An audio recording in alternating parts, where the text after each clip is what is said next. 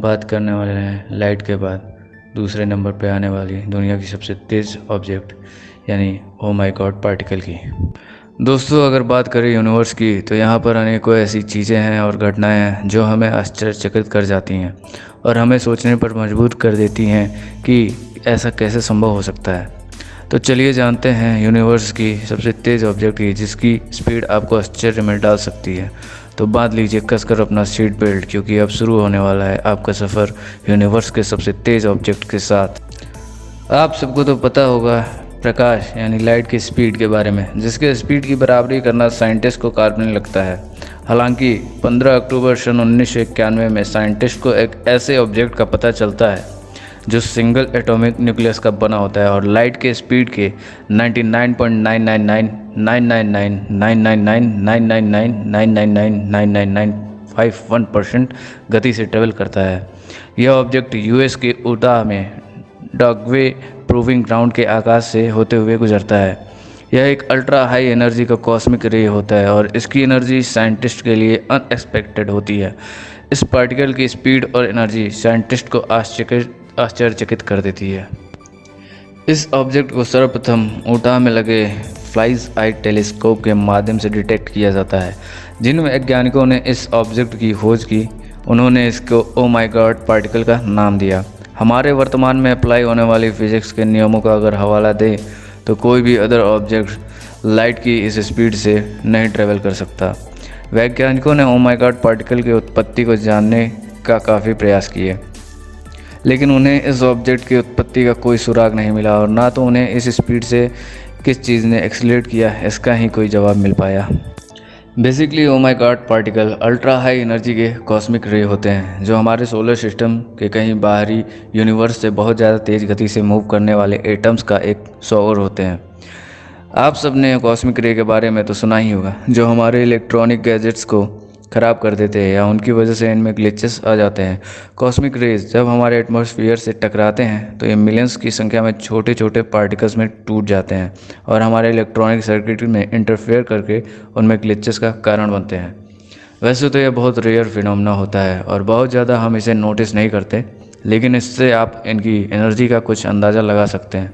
Oh my God particle भी इसी kinetic energy का होता है जो एक बेसबॉल को 60 माइल्स पर आवर की स्पीड से प्रोजेक्ट करने जैसा होता है।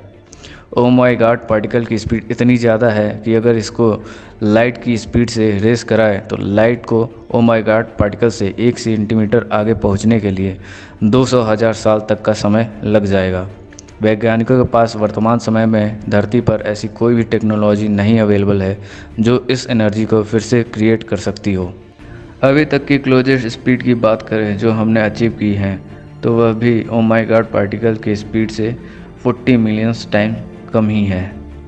वैज्ञानिकों के पास ऐसी भौतिक विसंगतियों के अध्ययन के लिए स्विट्जरलैंड में स्थित लार्ज हैड्रॉन कोलाइडर मशीन मौजूद है, जो अभी तक की सबसे बड़ी पार्टिकल एक्सीलरेटर मशीन है। यह 574 फीट के एक अंडरग्राउंड टनल में बनाई गई है जो 17 माइल्स के परिधि की है। इसकी मदद से पार्टिकल्स को एक्सेलरेट और कोलाइड किया जाता है, जो वैज्ञानिकों को फिजिक्स और यूनिवर्स की उत्पत्ति को समझने में मदद करता है। बावजूद इसके फिर भी हम प्रकृति के इस स्पीड के आसपास भी नहीं पहुंच पाते हैं।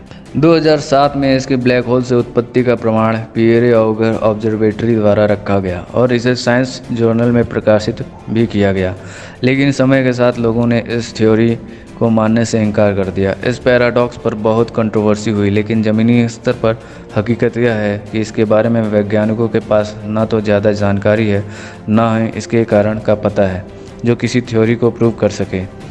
जापान, यूएस और कुछ अन्य कंट्रीज़ ने $25 मिलियन की एक ऑब्जर्वेटरी का निर्माण किया जो इसके बारे में कुछ पुख्ता प्रमाण इकट्ठा कर सके। इस कोलैबोरेशन का नाम टेलीस्कोप एरे प्रोजेक्ट रखा गया और इसकी शुरुआत 2008 में हुई थी।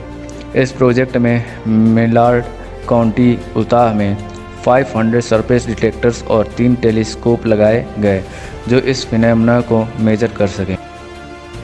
ओ माय गॉड पार्टिकल्स जब एटमॉस्फेयर से टकराते हैं तो ये लो एनर्जी पार्टिकल्स के शॉवर में बदल जाते हैं और ये लो एनर्जी पार्टिकल्स डिटेक्टर्स को ट्रिगर कर देते हैं, जिससे साइंटिस्ट को इनकी दिशा और ओरिजिनल रे की एनर्जी को जानने में मदद मिल पाती है। ये रेज बहुत रेयर होती हैं 2008 से 2013 के बीच में ऐसी कुल केवल 72 रेस का ही पता चल सका। बात करें ऐसी ही एक और ऑब्जर्वेटरी की जो आइस क्यूब न्यूट्रिनो नाम से अंटार्कटिका में स्थित है, जिसका निर्माण 2005 से शुरू हुआ और 2010 में पूरा हुआ और इसकी लागत 289 मिलियन की है। वर्तमान में इन पार्टिकल्स पर इतना रिसर्च करना भले ही व्यर्थ लग रहा हो, लेकिन शायद भविष्य में हम फिजिक्स के नियमों की नई व्याख्या कर पाने में अवश्य सफल हो पाएंगे। तो मेरे प्यारे दोस्तों, कमेंट सेक्शन में जाएं और मुझे बताएं कि आपने ओ माय गॉड पार्टिकल के बारे में इससे पहले क्या कभी सुना था। और ऐसी ही नई नई रोचक जानकारियों को जानने के लिए मेरे चैनल को सब्सक्राइब, लाइक और शेयर करना ना भूलें।